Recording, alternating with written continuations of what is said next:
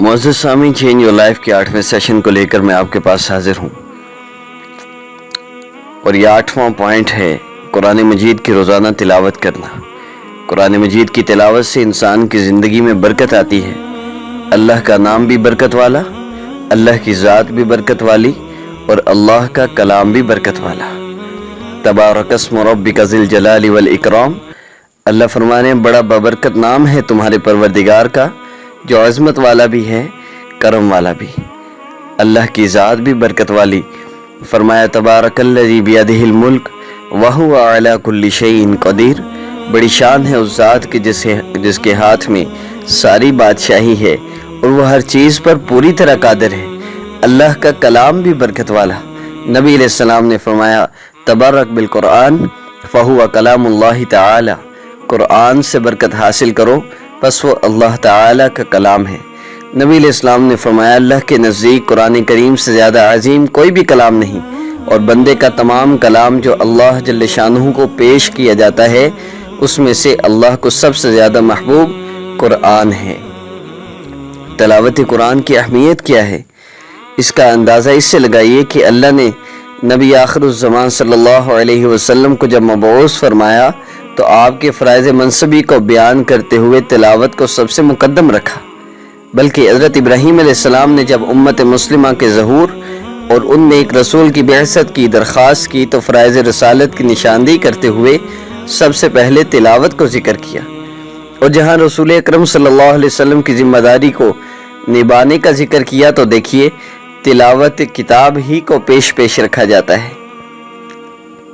مزید برآں اللہ تعالیٰ نے اس کے پڑھنے کا حکم بھی دیا ہے، اور کلام اللہ کی تلاوت کرنے والوں کی تعریف فرمائی ہے، اور حق تلاوت جو تلاوت کا حق ہے، حق تلاوت ادا کرنے والوں پر خصوصی نوازش کی ہے۔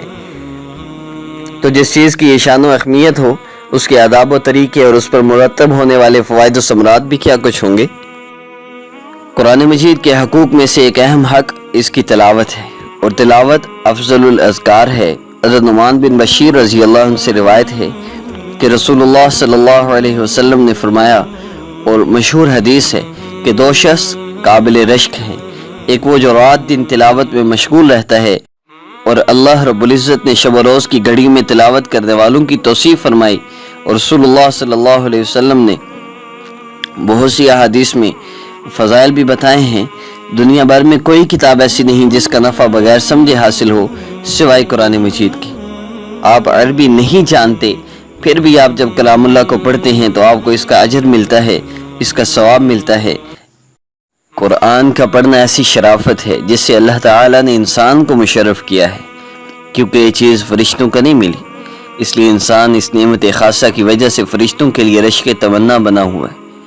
یہی وجہ ہے کہ فرشتے ایسی مجالس کی تلاش میں رہتے ہیں جہاں قرآن پاک کی تلاوت کا مذاکرہ ہو رہا ہو۔ بالآخر مومنین کی ایسی مجلسوں کو رحمت کے فرشتے ڈھانپ لیتے ہیں۔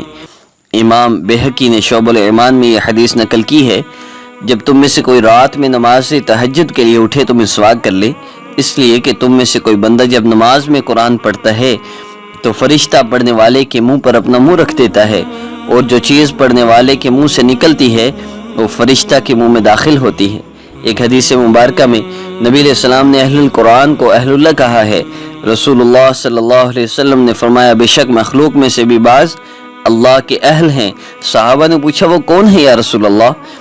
نبی علیہ السلام نے فرمایا اہل قرآن ہی اہل اللہ ہیں اور خواص میں سے ہیں۔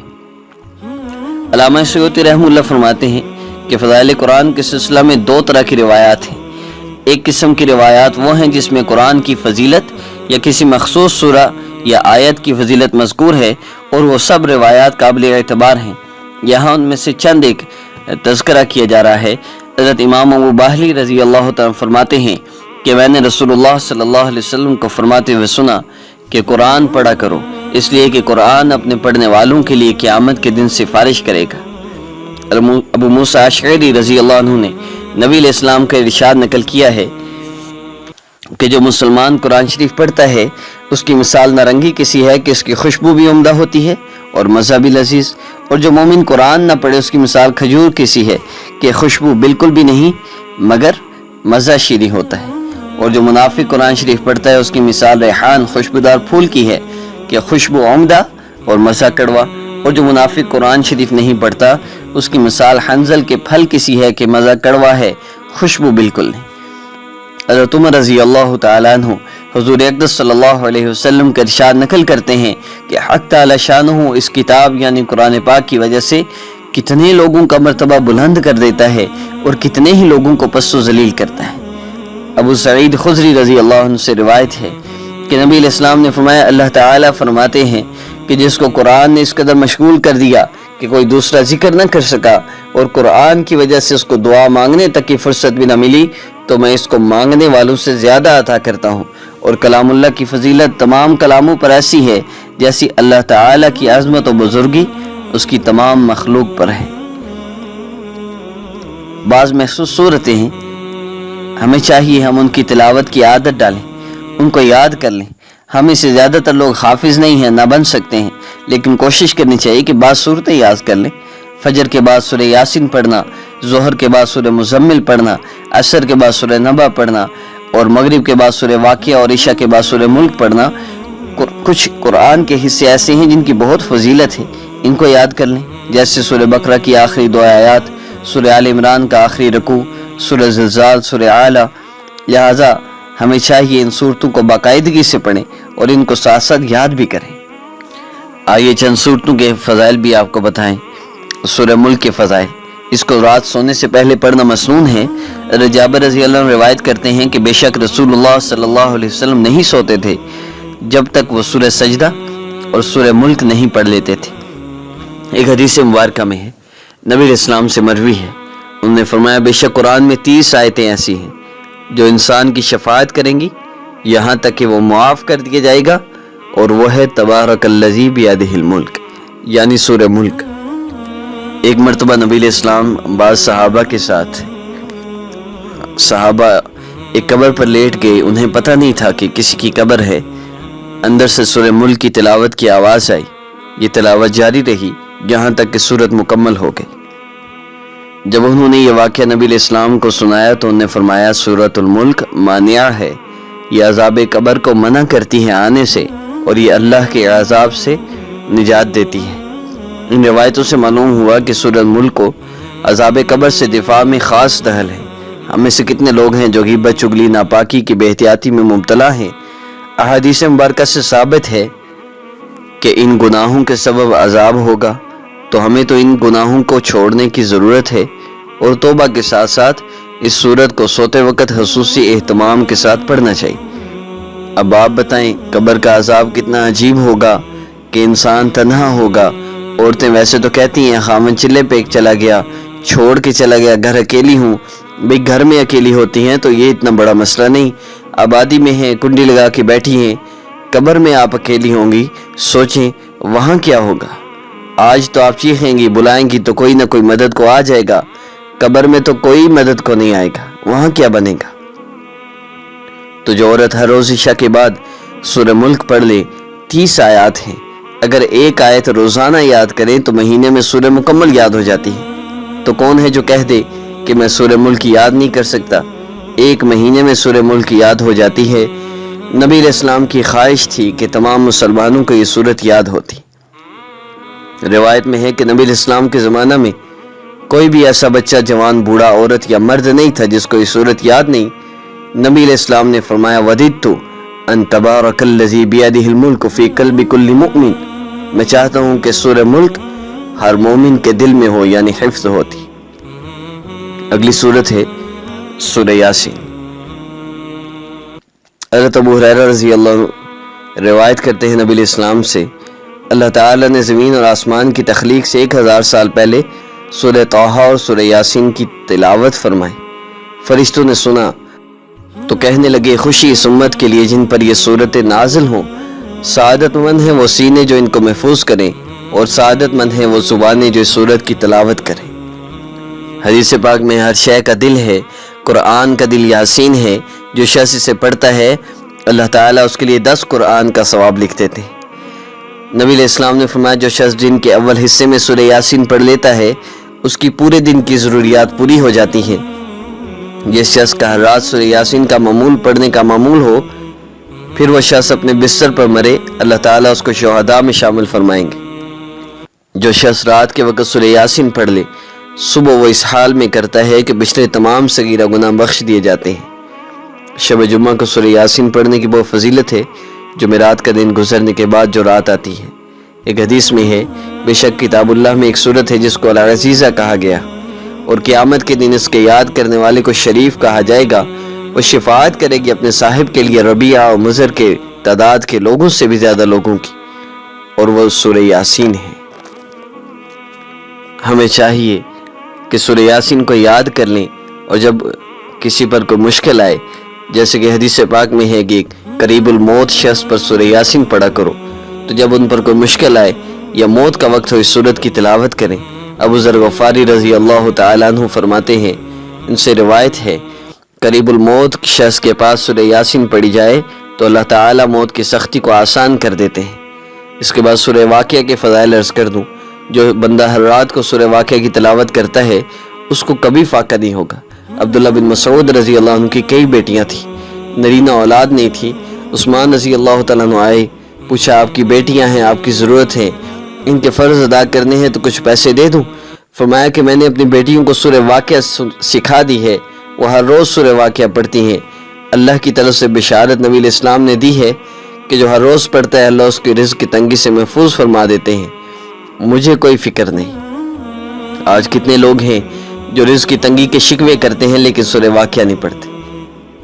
بندے کے پاس جا رہے ہوتے ہیں، جی بڑی سخت بندش کر دی ہے، حالات تنگ ہیں، کوئی دعا بتا دیں، کوئی کاٹ کر دیں۔ عجیب بات ہے، تریاق ہمارے پاس ہے، ہم استعمال نہیں کرتے، شیطان ہمیں اس پر عمل نہیں کرنے دیتا۔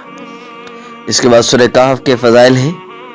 جس شخص نے سورہ کہف جمعہ کے دن پڑھی اس کے لیے نور ظاہر ہوگا اس جمعہ سے دوسرے جمعہ تک، اور جو سورہ کہف پڑھے جیسے وہ نازل ہوئی اس کی جگہ سے مکہ تک نور ہوگا، اور جو سورہ کہف کی 10 آخری آیتیں پڑھ لے اور اس ہی زمانے میں دجال کا ظہور ہو جائے تو اس انسان پر دجال مسلط نہیں کیا جائے گا۔ ایک صحابی فرماتے ہیں، جو سونے سے پہلے سورہ کہف کا آخری حصہ پڑھے گا اور رات کے کسی حصہ میں اٹھنے کی نیت کرے گا تو اس کو اٹھنے کی توفیق ملے گی۔ حضرت عبدہ رضی اللہ عنہ فرماتے ہیں، رحمہ اللہ فرماتے ہیں، میں نے اس کا تجربہ کیا، اس بات کو صحیح پایا۔ معزز سامعین، اس کے علاوہ کئی صورتیں ہیں جن کے بہت فضائل آئے ہیں۔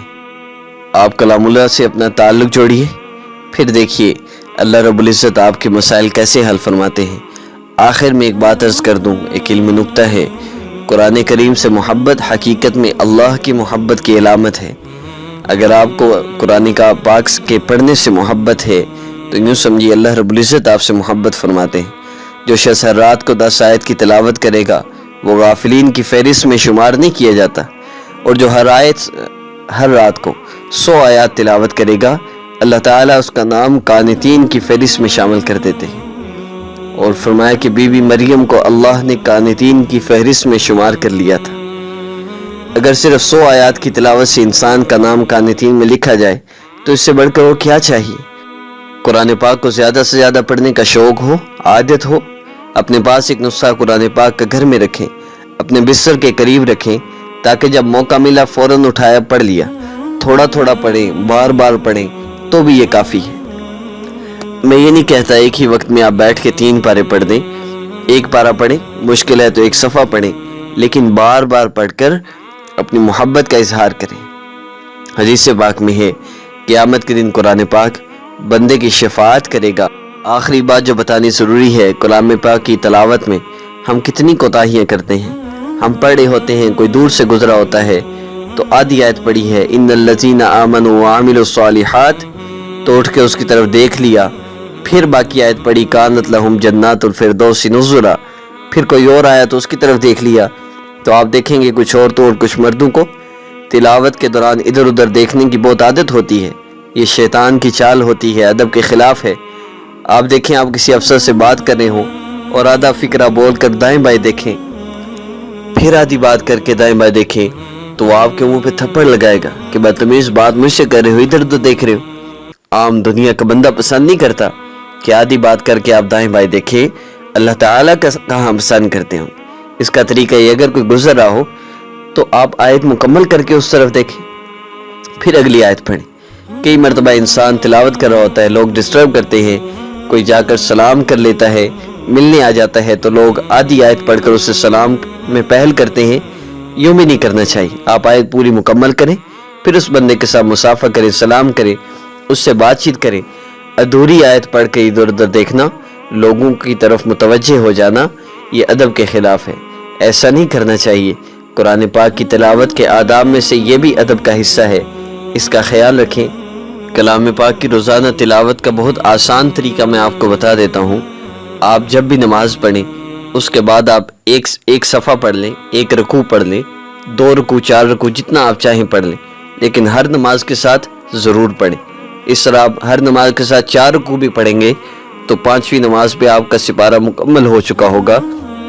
بہت آسان طریقہ ہے، بہت مجرب ہے، اور اس سے آپ کا اللہ رب العزت سے تعلق بھی ہوگا، اور میں سمجھتا ہوں کلام پاک کی برکت سے بہت سے مسائل تو خود بخود حل ہو جاتے ہیں۔ اللہ رب العزت ہم سب کو قرآن پاک کی تلاوت کرنے کی توفیق عطا فرمائے، کلام پاک کی محبت ہمیں عطا فرمائے۔ وآخر دعوانا ان الحمد للہ رب العالمین۔